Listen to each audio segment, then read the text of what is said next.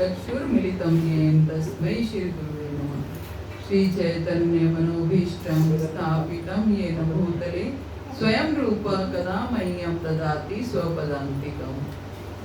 वन्देऽहं श्रीगुरो श्रीयुतपत्कमलं श्रीगुरुं वैष्णवांशं श्रीरूपं सागरजातं सगण रघुनाथान्वितं तं सजीवं साद्वैतं सावधूतं परिजनसहितं कृष्ण चैतन्य देवं श्री राधा कृष्ण पादान सगण ललिता श्री विशाखान्वितांश्च। हे कृष्ण करुणा सिंधु दीन बंधो जगतपते गोपेश गोपिका कांत राधा कांत नमस्तुते। तप्त कांचन गौरांगी श्री राधे वृंदावनेश्वरी वृषभानुसुते देवी प्रणमामि हरिप्रिये। वाञ्छाकल्पतरुभ्यश्च कृपा सिन्धुभ्येव च पतितानां पावनेभ्यो वैष्णवेभ्यो नमो नमः।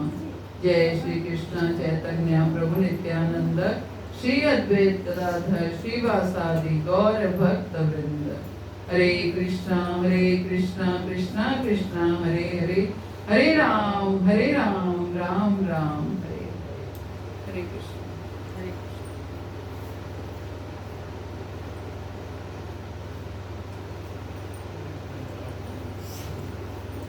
तो भगवत गीता हम पिछले क्लास में पढ़ रहे थे। पहला अध्याय और उसके हमने 31 श्लोक तक हमने चर्चा की थी। तो हम सब जानते हैं भगवत गीता को 3 हिस्सों में बांटा गया है, जिसमें पहला पार्ट जो है वो कर्म योग है और दूसरा पार्ट जो है भक्ति योग है और तीसरा ज्ञान योग है। पहले 6 अध्याय कर्म योग के, फिर 7वें अध्याय से 12वें अध्याय तक भक्ति योग, फिर 13वें अध्याय से 18वें अध्याय तक ज्ञान योग। तो ये जैसा कि कर्म योग के अध्याय हैं पहले से लेके 6 तक, तो यहाँ भगवान अब पहले अध्याय ही हम पढ़ रहे हैं और जिसमें अर्जुन जो है, हम पढ़ रहे हैं कि अर्जुन बहुत घबरा रहा है। अर्जुन ने भगवान को बोला, कृष्ण को बोला कि मेरा रथ जो है दोनों सेनाओं के बीच में ला करके खड़ा करो, जिससे मैं ये देख सकूं कि आमने मेरे सामने जो हैं वो कौन कौन है। दुर्योधन की दुर्बुद्धि जो है मित्र, वो कौन, दुर्बुद्धि दुर्योधन के मित्र कौन कौन से हैं, अर्थात उनकी साइड से कौन कौन लड़ रहा है। हैं तो मेरे सारे अपने ही, लेकिन उनकी साइड से कौन कौन लड़ रहा है अर्जुन वो देखना चाहते थे। तो इसलिए भगवान को कहते हैं कि मेरा रथ जो है दोनों सेनाओं के बीच में जाकर के ला करके खड़ा कर दो। अब रथ दोनों सेनाओं के बीच में पहुंच गया है और हमने पढ़ा और शंख बज गए हैं। हमने पढ़ा कौन कौन से शंख जो हैं किस किस ने बजाए, ये हमने पिछली क्लास में पढ़ा था कि भगवान ने कौन सा शंख बजाया, कृष्ण ने 5 जन ने शंख बजाया और अर्जुन का शंख देवदत्त शंख था। देवदत्त अर्जुन का शंख था और कृष्ण का 5 जन ने शंख था और भीम का पौंड्रू भीम का शंख था और युधिष्ठिर का अनंत विजय युधिष्ठिर का शंख था और नकुल का शंख क्या था, सुघोष नकुल का शंख था और सहदेव का मणिपुष्पक जो है वो सहदेव का शंख था। और इस तरीके से सबने अपने अपने शंख बजाए और जब शंख बजे, शंख की गर्जना हुई तो आकाश और पृथ्वी को ऐसे गुंजायमान हो गई। चारों तरफ ऐसा लग रहा था कि कुछ कोलाहल सा ध्वनि, क्योंकि हमने चर्चा की कि शंख जब आरती का बजता है तो शांति मिलती है, शंख जब युद्ध का बजता है तो अशांति होती है ना, कोलाहल होता है। तो इसमें हम ये समझाया गया है। और हमने पढ़ा कि रथ के ऊपर हनुमान जी की ध्वजा थी जो कि विजय का प्रतीक थी।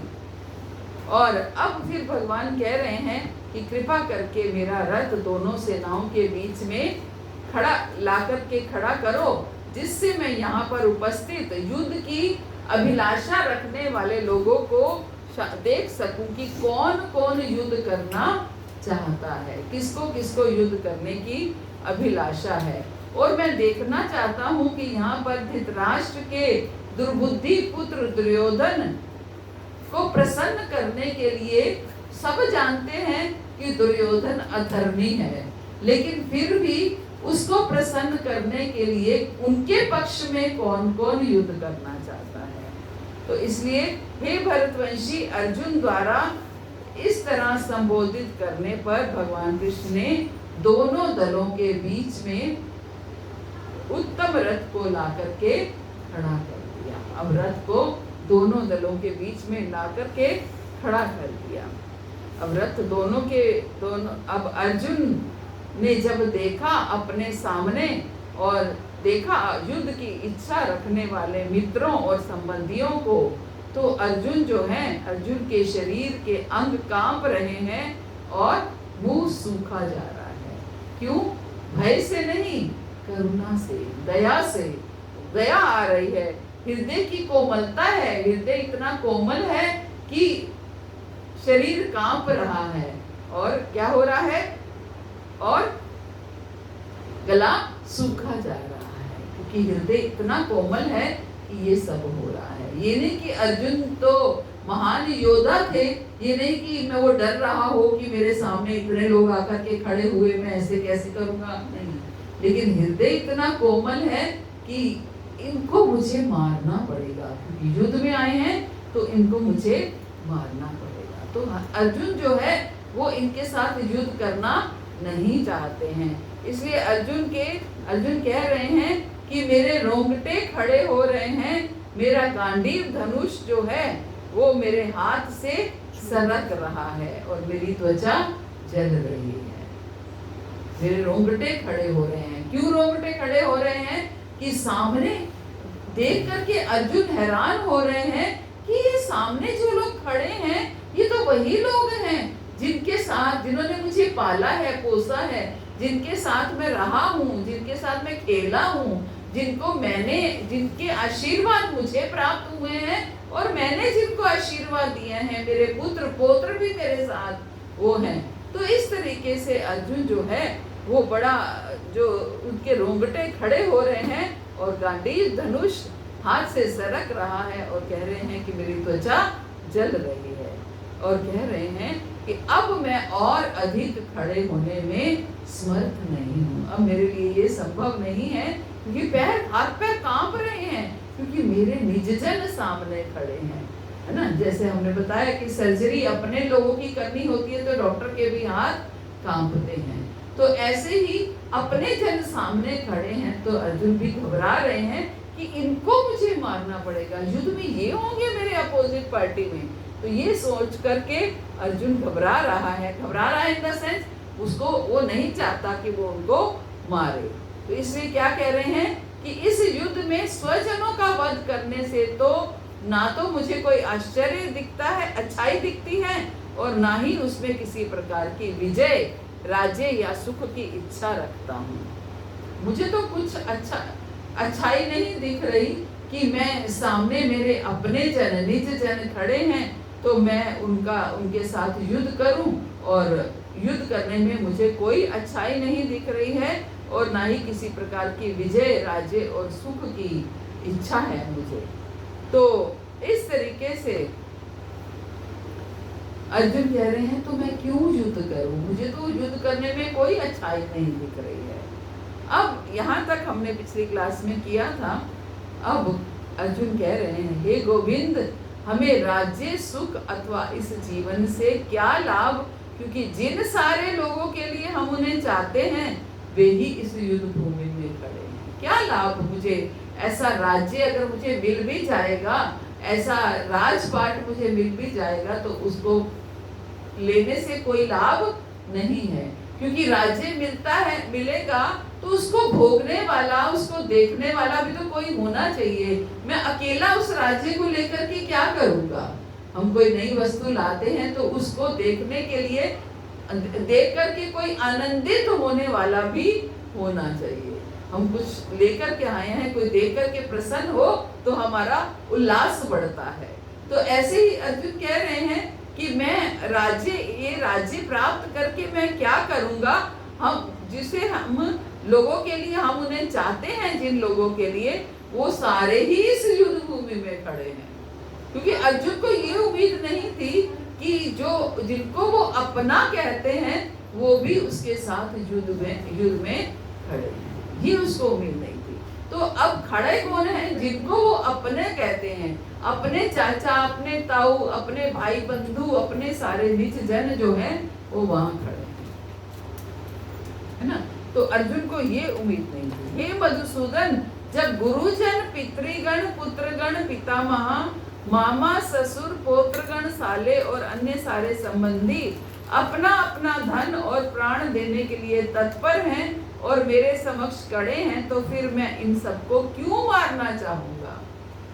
कि सारे मेरे अपने जन हैं, वो अपने अपने अपना धन और प्राण देने के लिए तत्पर हैं, तो फिर मैं इनको क्यों मारूं? क्यों मारना चाहूंगा? भले ही वो मुझे क्यों ना मार डालें, मैं उन्हें नहीं मारूंगा। भले ही वो मुझे क्यों ना मार डाले, मैं इन सबों से लड़ने को तैयार नहीं हूँ, भले ही बदले में मुझे तीनों लोक क्यों ना मिल जाए। अब अर्जुन ने साफ साफ डिक्लेयर कर दिया है कि मैं इन सब से लड़ने के लिए तैयार नहीं हूँ, भले ही बदले में मुझे तीनों लोक क्यों ना मिल जाए। और इस पृथ्वी की बात तो छोड़िए, तीनों लोक भी मुझे मिल जाएं तो मैं लड़ने को तैयार नहीं हूँ। तीन लोक कौन से कहे जाते हैं?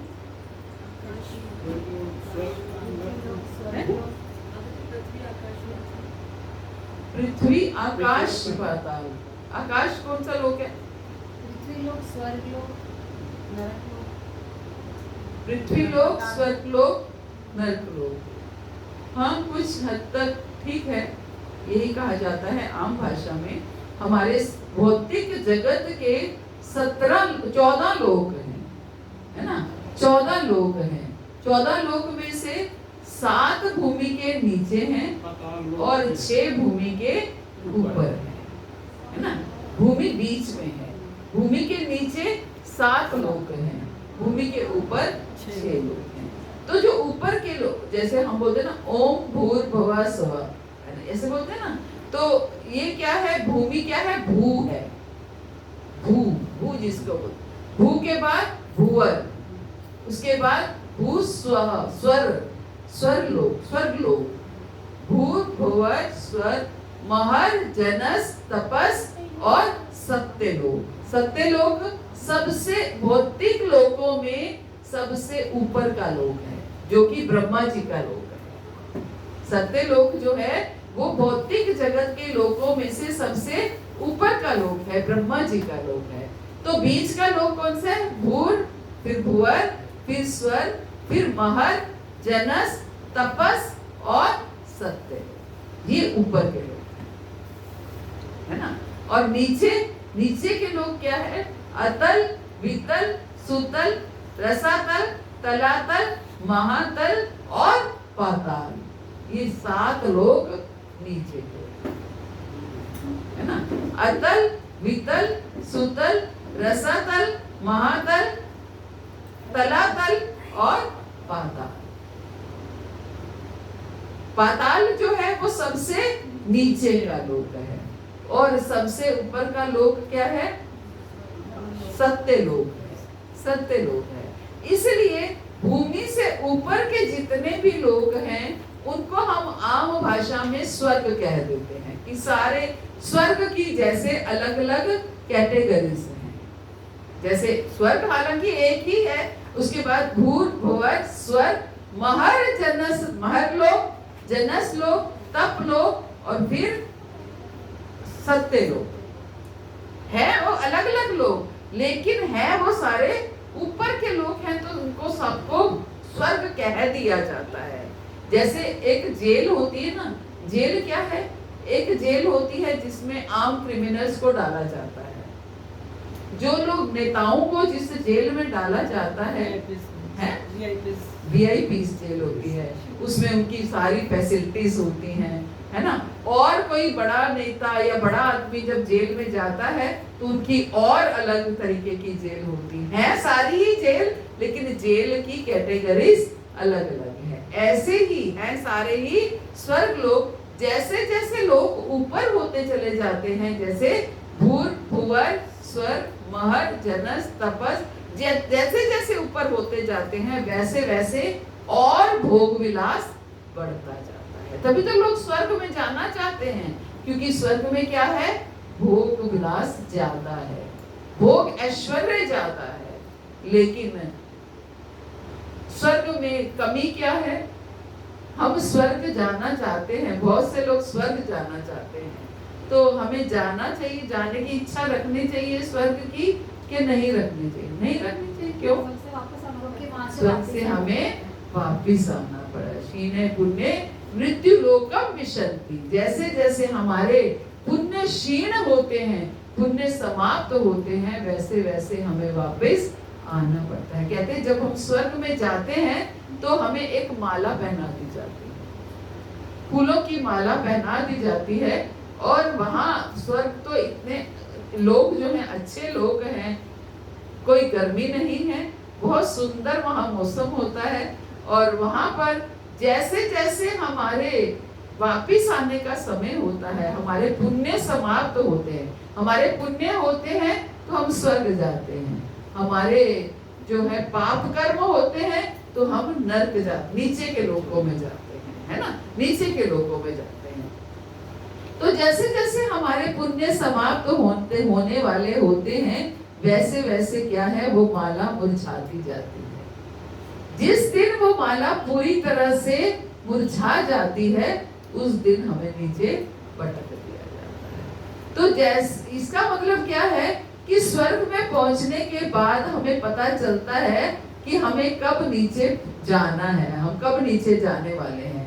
माला कितनी अभी नहीं वो है, वो हमें बता देती है। लेकिन स्वर्ग जाने का केवल और केवल ड्रॉबैक क्या है कि हमें वापिस इस भौतिक जगत में आना ही पड़ता है। तो फिर क्या फायदा? भोग विलास के लिए जाने का क्या फायदा, है ना। और इस तरीके से जो भूमि के ऊपर के लोग हैं वो सारे स्वर्ग लोग कहलाते हैं। कहां से लेकर के? स्वर्ग से लेकर के सत्य लोक तक ये सारे स्वर्ग हैं। फिर नीचे के अतल से लेकर के पाताल तक ये सारे नरक हैं, ये सारे नरक हैं। इसलिए 3 लोक कहे जाते हैं। भूमि को एक लोक, अधो लोक सारे ऊपर के लोक, उधर लोक सारे नीचे के। ये 3 लोक कहे जाते हैं। ये समझो। वो वैकुंठ लोक, सत्य लोक से यस, वो तो ये तो भौतिक लोक है, ये भौतिक लोक है, वो आध्यात्मिक जगत है, ये भौतिक जगत है। भौतिक बीच में क्या है? विरजा नदी है, बीच में विरजा नदी है। इसके बीच में भौतिक जगत और आध्यात्मिक जगत के बीच में विरजा नदी है। तो ये भौतिक लोकों की बात हो रही है। हमें 14 लोक जो है ये भौतिक जगत में है। उसके बाद देवी दुर्गा का लोक है, उसके बाद जो है वो शिव लोक है, उसके बाद ये अलग अलग लोक है। हम कभी आपको पूरा दिखाएंगे, पूरा चार्ट ये बना हुआ है। फिर आध्यात्मिक वैकुंठ और गोलोक है। गोलोक सबसे ऊपर, गोलोक वैकुंठ जो है वो गोलोक का ही एक हिस्सा है। एक ही बात है, वैकुंठ गोलोक क्या है? गोलोक भगवान का घर है और वैकुंठ भगवान का ऑफिस है। ये गुरु महाराज की पुस्तक है स्वर्ग नर्क और गोलोक, यहाँ रखी है। प्रभु जी दिखाओ तो। स्वर्ग नर्क और गोलोक गुरु महाराज की पुस्तक है। इसमें पूरा चार्ट भी दिया हुआ है और पूरा ये वर्णन है सारे लोक कौन कौन से हैं और किस किस लोक में क्या क्या होता है ना। तो ये हमें पढ़नी चाहिए, अगर हमें बहुत अच्छा ज्ञान प्राप्त होगा। तो ये 14 लोक जो हैं ये भौतिक लोक हैं, और जो ये वैकुंठ और गोलोक जो है ये सब आध्यात्मिक जगत है। और गोलोक जो वैकुंठ जो है गोलोक का एक हिस्सा है। गोलोक में भगवान अपने उनका घर है, अपने घर की तरह रहते हैं, एक नॉर्मल कैजुअल ड्रेस पहन करके, कोई फॉर्मल ड्रेस नहीं है। वैकुंठ में भगवान एक राजाधिराज बन करके जाते हैं। ऑफिस जैसे हम जाते हैं, घर में हम अलग तरीके से रहते हैं, ऑफिस में हम अलग ड्रेसअप होके जाते हैं, अलग सूटेड बूटेड अलग तरीके से ड्रेस। ऐसे ही भगवान भी जब वैकुंठ में जाते हैं, वैकुंठ से वो सारे कार्य करते हैं। लेकिन गोलोक में तो वो चैन की बंसी आराम से खेलते हैं, भक्तों के साथ खेलते हैं। जो भक्त भी गोलोक पहुंच जाते हैं उनके साथ एंजॉय करते हैं। लेकिन वैकुंठ में क्या है, वैकुंठ में वो पूरी मैनेजमेंट संभालते हैं, है ना। तभी तो क्या वैकुंठ में भगवान विष्णु रूप में जाते हैं। जो विष्णु हम जिनको कहते हैं विष्णु पालन करता है, वो विष्णु वैकुंठ में रहते हैं, चतुर्भुज रूप में। वैकुंठ में भगवान चतुर्भुज रूप में रहते हैं। ना केवल भगवान चतुर्भुज रूप में रहते हैं, बाकी सारे जो भी वैकुंठ में रहते हैं वो भी चतुर्भुज रूप में रहते हैं। अगर हम भी वैकुंठ में चले जाएंगे तो हम भी चतुर्भुज रूप में हो जाएंगे। ये वैकुंठ की यूनिफॉर्म है, एक तरह से ड्रेस है कि चतुर्भुज रूप में रहते हैं। हर कोई चतुर्भुज रूप में रहता है। बॉडी कौन सा मिलता है? आध्यात्मिक शरीर है, सच्चित आनंद से बना हुआ, जो भगवान का जो भगवान का होता है। भगवान जैसा ही शरीर होता है, सब कुछ भगवान जैसा होता है, लेकिन फिर भी हम भगवान को भगवान मानते हैं, भगवान को अपने से ऊपर देखते हैं, भगवान की आज्ञा का पालन, भगवान की ही आनंद के लिए सब कुछ करते हैं। यहाँ क्या है, हमारे पास भगवान जैसा ज्यादा कुछ नहीं है, सब कुछ है। हम आत्मा है, भगवान परमात्मा है। आत्मा भी सच्चित आनंद है, परमात्मा भी सच्चित आनंद है। यहाँ भी हम सच्चित आनंद है। वो बात अलग है कि हमें जो बॉडी मिली हुई है वो सच्चित आनंद नहीं है। वो भूमि जल वायु अग्नि और आकाश, ये भौतिक शरीर। लेकिन इसके अंदर जो हम हैं, हम कौन है? आत्मा जो है, हम जो है वो हम भौतिक शरीर नहीं है, हम सच्चित आनंद है। हम भूमि जल वायु अग्नि और आकाश से नहीं बने हुए हैं ना, ये अंतर है। वैकुंठ में हमारा शरीर आध्यात्मिक है, सच्चित आनंद से बना है। इसलिए क्योंकि भगवान भी सच्चित आनंद से हैं, हम भी सच्चित आनंद से हैं, इसमें दोनों के बीच में तालमेल जो है ये बहुत अच्छा है। वैकुंठ से भी वापस आने की शंका है? कोई शंका नहीं है, ना वैकुंठ से ना गोलोक से हम वापस नहीं आते हैं। लेकिन माता जी जैसे हम लोग अब आए हुए हैं तो यही कहते हैं ना कि हमने जो है कुछ इच्छा जाहिर करी कि हमें जाना है, तो हम वैकुंठ में जाके भी तो गलत इच्छा ऐसे जाहिर कर सकते हैं, तो फिर हमें वापस आना ही पड़ेगा। देखो वैकुंठ से कंट्रोवर्सी है इसमें थोड़ी सी, कि वैकुंठ से हम नहीं आए हैं। जब भगवान ने हमें क्रिएट किया है ना, हमें क्रिएट किया तो एक अंश बनाया, हम भगवान के अंश हैं। ममे वांशो जीव लोके जीव भूता सनातना, हम भगवान के अंश हैं। जब भगवान ने हमें क्रिएट किया तो हमसे पूछा कि आप कहाँ जाना चाहते हो, भौतिक जगत में जाना चाहते हो, आध्यात्मिक जगत में जाना चाहते हो। लेकिन फिर जीव ने पूछा कि क्या अंतर है दोनों में, मुझे तो नहीं पता कि भौतिक जगत में क्या होता है, आध्यात्मिक जगत में क्या होता है। भगवान ने बोला कि आध्यात्मिक जगत में तुम्हें मेरे अंडर रहना पड़ेगा, जैसा मैं कहूँगा वैसा करना पड़ेगा। मैं ही भोगता हूँगा, तुम मेरे ही आनंद के लिए सारे कार्य करोगे, जो कार्य करोगे वो मेरी प्रसन्नता के लिए करोगे। लेकिन भौतिक जगत में तुम राजा हो, तुम जो करना चाहो वो कर सकते हो, तो जो बुद्धिमान जीव होते हैं वो क्या चुनेंगे? आध्यात्मिक जीव जगत चुनेंगे। लेकिन जो हम ऐसे जीव हैं उन्होंने क्या चुना? भौतिक जगत चुना। कि हम क्यों आपके आनंद के लिए क्यों हम काम करें, हम तो अपने आनंद के लिए काम करेंगे। लॉर्ड कृष्ण जो है वो भौतिक में क्यों आए थे? भगवान भौतिक जगत में क्यों आए, ये तो फिर आगे आगे हम पढ़ेंगे भगवत गीता में। सारा सस्पेंस आप खत्म कर दोगे पहले अध्याय में ही, तो आगे भगवत गीता पढ़ने का आनंद कैसे लोगे, है ना। हमने भगवत गीता को फिलॉसफी की तरह एक बोर तरीके से नहीं पढ़ना है, सब कुछ समझेंगे।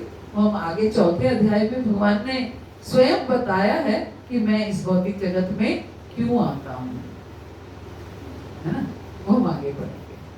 तो इस तरीके से हमारे ये 3 लोग हैं। तो इस हम जीव स्वयं इच्छा करता है इस भौतिक जगत में आने की, तब वो होता है। लेकिन जैसे ही वो इस भौतिक जगत में आता है तो कर्म के बंधन, फिर कर्म करता है तो अच्छे बुरे सारे कर्म करता है, और फिर इस अच्छे को भी भोगने के लिए वापिस आना पड़ता है और बुरे को भी भोगने के लिए वापिस आना पड़ता है। हर समय कर्म की गठरी को लेकर के चलता है। इसलिए जो भगवान के भक्त हैं, जो शुद्ध भक्त हैं, वो इस चीज को समझाते हैं हर किसी को कि कर्म मत करो। कर्म करोगे तो भले ही अच्छे करोगे या बुरे करोगे, उनकी गठरी को लेकर के तुम्हें घूमना पड़ेगा, फिर उस गठरी को लेकर के वापस आना पड़ेगा। कर्म मत करो, जो करो वो भगवान की प्रसन्नता के लिए करो, जो करो वो भगवान के आनंद के लिए करो। तो जब हम हर वो कुछ करेंगे जिससे भगवान के आनंद के लिए करेंगे, तो क्या होगा? वो कर्म होगा क्या? नहीं होगा। वो हमने कर्म किया ही नहीं। हमने किसके लिए किया? भगवान की प्रसन्नता के लिए। माता जी कोई बीमार है और वो कहते हैं कि मेरे पास तो कोई भी नहीं है, मुझे आपकी मदद की जरूरत है, पैसे से भी और शरीर से भी। तो हम उसकी अगर मदद करते हैं तो वो किस में गिनती जाएगी? आप मदद किस भावना से कर रहे हैं? आप मदद इस भावना से कर रहे हैं कि मैं इसकी मदद करूंगा तो ये मुझे क्रेडिट देगा, ये मुझे 4 लोगों के आगे मेरी प्रशंसा करेगा, या फिर मुझे पुण्य प्राप्त हो जाएगा, तो क्या है? तो ये सकाम है ना। पुण्य प्राप्त करने की भी अगर इच्छा आ गई तो ये सकाम है। मदद करने की कोई मनाही नहीं है, लेकिन अगर हम वही काम हो, यानी कि वही एक बीमार व्यक्ति की मदद इस भावना से करते हैं कि अगर मैं इसकी मदद करूंगा तो मेरे ठाकुर बड़े प्रसन्न होंगे, है ना, मेरे भगवान बड़े प्रसन्न होंगे, क्योंकि वासुदेवा कुटुंबकम। लेकिन वो भक्त बिल्कुल भी नहीं है ना हो भक्त, वासुदेवा कुटुंबकम भक्त ना हो। हम भक्त जरूर, भगवान ने कहीं नहीं कहा कि केवल आप भक्त की मदद करो, आप निष्काम भाव से सेवा करो, आप जिसकी भी सेवा करो और उसको भक्त बनाने का प्रयास करो, और जिसकी भी सेवा करो वो भगवान की प्रसन्नता के लिए करो। वो भक्त बने ना बने, लेकिन आपकी सीट वहां पक्की हो रही है ना, क्योंकि आपकी भावना क्या है? भगवान की प्रसन्नता है कि भगवान इससे प्रसन्न होंगे, तो वो आपका इक्विवेलेंट टू भजन हो जाएगा, इक्विवेलेंट टू भजन, है ना, क्योंकि आपने वो कर्म किसके लिए किया? भगवान की प्रसन्नता के लिए किया। लेकिन जनरली ऐसा होता नहीं है। जनरली हम या तो पुण्य प्राप्त करने के लिए करते हैं, या फिर नेम फेम प्राप्त करने के लिए करते हैं, गुड बुक्स में आने के लिए करते हैं, या किसी अपनी प्रशंसा को प्राप्त करने के लिए करते हैं कि देखो ये कितना अच्छा व्यक्ति है, कि देखो सबकी कितनी सेवा करता है, मदद करता है, कि ऐसे भी कोई कह दे तो मेरा उत्साह बढ़ जाता है करने का। तो फिर इसका मतलब क्या हुआ कि मैं केवल उस शब्द सुनने के लिए वो मदद कर रहा था, है ना। मदद का अर्थ है भले ही आपको कोई धिक्कारे तो भी आपको मदद करनी है, क्योंकि उसको जरूरत है इस समय मदद की, है ना। इस समय उसको सेवा की आवश्यकता है, तो मुझे उसकी सेवा करनी है। तो ये सेवा जो है सेवा ही हमें भगवान के करीब लेके जाती है। बिना सेवा के हम भगवान के करीब नहीं पहुंच सकते। केवल सेवा ही है जो हमें भगवान के करीब लेके जाती है। तो इसलिए क्या कहते हैं, लेकिन सेवा की भावना कैसे जागृत हो? सेवा की भावना कैसे? सबकी इच्छा होती है क्या सेवा करने की? नहीं होती है। सेवा की भावना को जागृत करने के लिए ही हम क्या, सबसे पहली सेवा हमें क्या करनी है? सेवन मुखो ही जीवा दो, मुख और जीवा से सेवा को करना है। मुख और जीवा से। हरे कृष्णा कृष्णा कृष्णा हरे हरे, हरे राम राम राम हरे हरे। मुख और जीवा से ये नाम जब हम करते हैं तो क्या होता है? हमारी धुलाई होती है, मार्जन होता है, हमारा शुद्धिकरण होता है। जब शुद्धिकरण होता है तो सेवा की भावना जागृत होती है। नामदेव जी कैसे हर जीव में भगवान को देखते थे, हर जीव की सेवा इसलिए करते थे कि इसमें भी मेरे ठाकुर बैठे हैं, इसमें भी मेरे भगवान बैठे हैं, सबकी सेवा करते थे। कुत्ता रोटी बनाई, कुत्ता रोटी लेकर के चला गया, तो हम होते तो क्या करते? हटा देते, हट करते। लेकिन उन्होंने क्या किया? घी का कटोरा लेकर के पीछे चल दिए कि लो प्रभु, आप सूखी रोटी मत खाइए, घी तो लगा के खाइए। कलयुग के भक्त हैं ये, कोई दूर की बात नहीं है, ज्यादा 1000 वर्ष पुरानी बात है। नामदेव ने बनाई रोटी, कुत्ते ने उठाई, पीछे घी का कटोरा लिए जा रहे। भगवान रूखी तो ना खाओ, थोड़ा घी तो लगाओ, रूप अपना क्यों मुझसे छिपा रहे। तेरा मेरा एक नूर, फिर काहे को हुजूर, तूने शक्ल बनाई है शवान की, मुझे ओढ़नी ओढ़ा दी इंसान की। जरे जरे में है झांकी भगवान की, किसी सूझ वाली आंख ने पहचान ली। जरे जरे में है झांकी भगवान की, हर जीव में भगवान। जरे जरे, श्वान कुत्ते को कहते हैं, हर जीव में जरे जरे में भगवान को देखना सूझ वाली आंख ने पहचाना। ये सूझ वाली आंख कहां से पैदा होगी, कैसे पैदा होगी? जब तक नाम जप नहीं होगा ये सूझ वाली आंख पैदा नहीं। तो ये नाम जप करके हमें ये सूझ वाली आंख पैदा करनी है, जिससे कि हम जो है सबकी सेवा कर पाएंगे। कब सेवा कर पाएंगे? हम तो सेवा करते देखते हैं, इस व्यक्ति से मेरी पटती है तो मैं इसकी सेवा करूंगा, इससे मेरी पटती नहीं है तो मैं इसकी सेवा नहीं। हमें किसी से पटना पटाना नहीं है, केवल उसके भीतर बैठे भगवान को, परमात्मा को देखना है कि ये मेरे भगवान का अंश है, इसकी मुझे सेवा, इसको इस समय मदद की आवश्यकता है और मुझे इसकी सेवा।